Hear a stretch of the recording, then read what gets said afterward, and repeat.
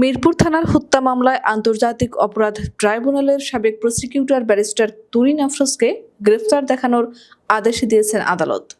সোমবার মামলার তদন্তকারী কর্মকর্তার আবেদনের পরিপ্রেক্ষিতে ঢাকার metropolitan magistrate M A. Azharul Islam এই আদেশ দেন।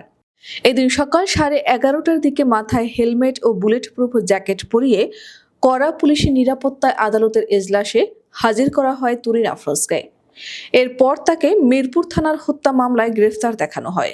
গ্রেফতার দেখানো শেষে আদালতের এজলাস থেকে নামিয়ে ঢাকার সিএমএম আদালতের হাজতখানার দিকে নিয়ে যাওয়া হয় তাকে। এ সময় তিনি ছিলেন হাসি মুখে, তবে সাংবাদিকরা তাকে অনেক ধরনের প্রশ্ন করলেও তিনি কোনো উত্তর দেননি।